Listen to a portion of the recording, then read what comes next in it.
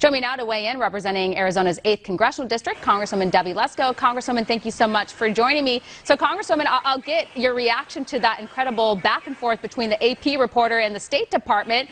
Reporter was asking some pretty simple questions here. They're saying you're making some pretty big claims here about this propaganda video. Do you have this video? What evidence do you have? Can you show that to us? And the State Department is very defensive about it.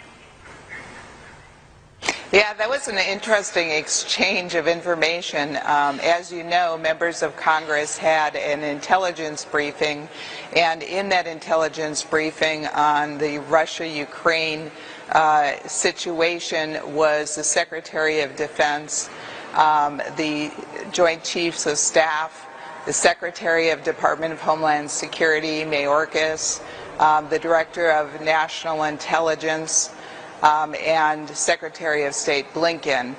And so they shared, well, let's just put it this way, what was said publicly about the fake media that the Russians propaganda are going to put out was shared also with members of Congress. Now, I have to put some faith, I hope, in our government that they are telling the truth, but if they are telling the truth, I would think that they would have some type of evidence. You're right.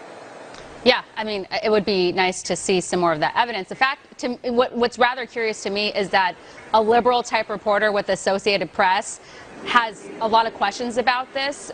So to me, that raises a lot of eyebrows that they're not even convinced. Yeah, and so, you know, the thing is, when we go back to Afghanistan, if you remember, Secretary of State Blinken said certain things. President Biden said he would never leave an American behind, and of course he did.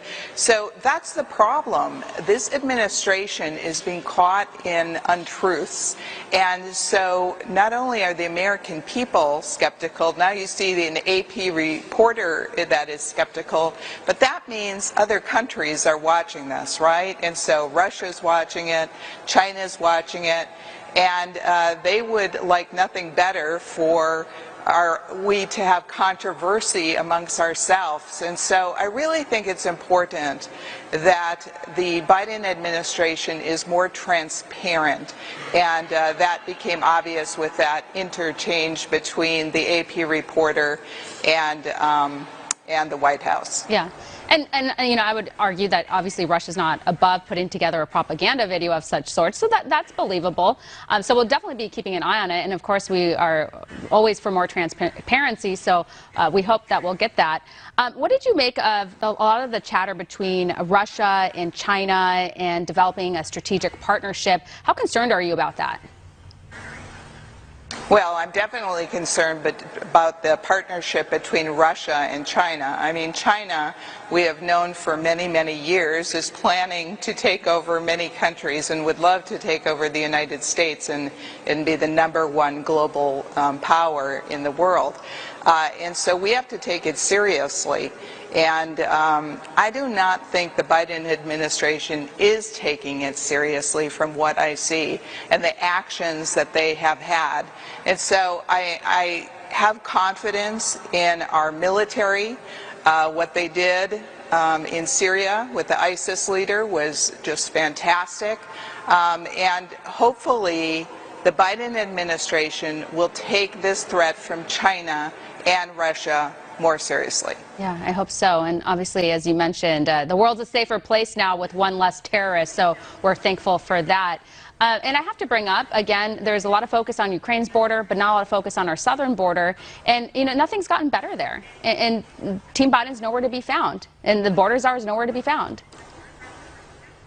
Yeah, our southern border is wide open, and it's due all in part to the Biden administration and their policies and the Democrat policies. Quite frankly, they want open borders. And so just recently, Secretary of Department of Homeland Security, Mayorkas, came to Yuma, Arizona, but he didn't even call the governor and say, hey, I'm coming in your state to talk to the CBP officers. He didn't give them a heads up. And Governor Ducey, who's a Republican, called on Mayorkas to resign because he is not doing his job. He is not securing the border. He is not enforcing our laws. The Biden administration is just ignoring current laws, and that's why we have an open border right now. There's members of Congress, including myself, that have called on Mayorkas to resign, and if he's not going to resign, I believe he should be impeached for not enforcing our laws. This is a national security risk. It's a humanitarian crisis. There's drug trafficking. As you know, fentanyl is the #1 killer in America at the ages 18 through 45.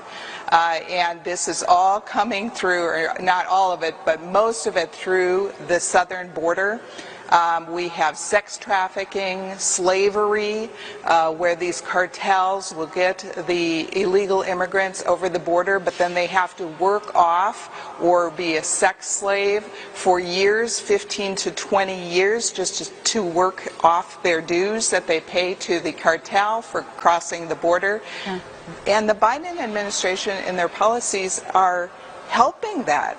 They are making these things happen. It's really a travesty. And when we talk about crime being increased throughout the United States, we need to secure the border. I tell you what, when Republicans are back in the majority, we're going to secure the border. I hope so. We did it under the Trump administration, and so we built the fence. We need to build the fence again. The materials are just laying there, ready to be built, and we also need to get back the Remain in Mexico policy. The court said that the Biden administration has to do that, and they aren't.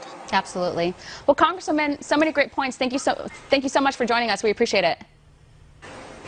Thank you. Of course.